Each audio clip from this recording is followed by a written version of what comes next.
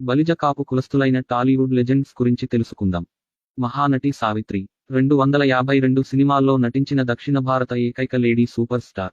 రాజనాల కాళేశ్వరరావు 1400 సినిమాల పైగా నటించి విలనిజానికే మారుపేరుగా మారి కింగ్ ఆఫ్ విలన్స్ గా పేరు పొందిన లెజెండ్.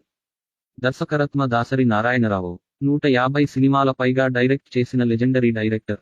ఎస్.వి. రంగారావు గారు కీచకుడిగా, హిరణ్యకశ్యపుడిగా, రావణుడిగా, దక్షుడిగా తెలుగు సినీ చరిత్రలో నట శిఖరమై ఎదిగిన ఎదురులేని legendary actor. Allu Ramalingaiah comedy విలనిజంలోనే కొత్త ట్రెండ్ సెట్ చేసిన రామలింగయ్య గారు 1000 సినిమాల్లో నటించిన mega legend.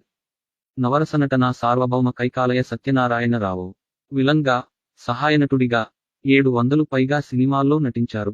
Megastar Chiranjeevi Tollywood సింహాసనాన్ని 30 ఏళ్లు రారాజుగా ఏలిన mega legend.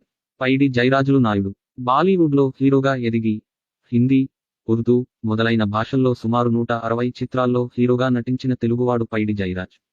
Pasupuleti Kannamba, MS Narayana, hero Vijay Kanth కూడా బలిజ కాపు కులస్తులే.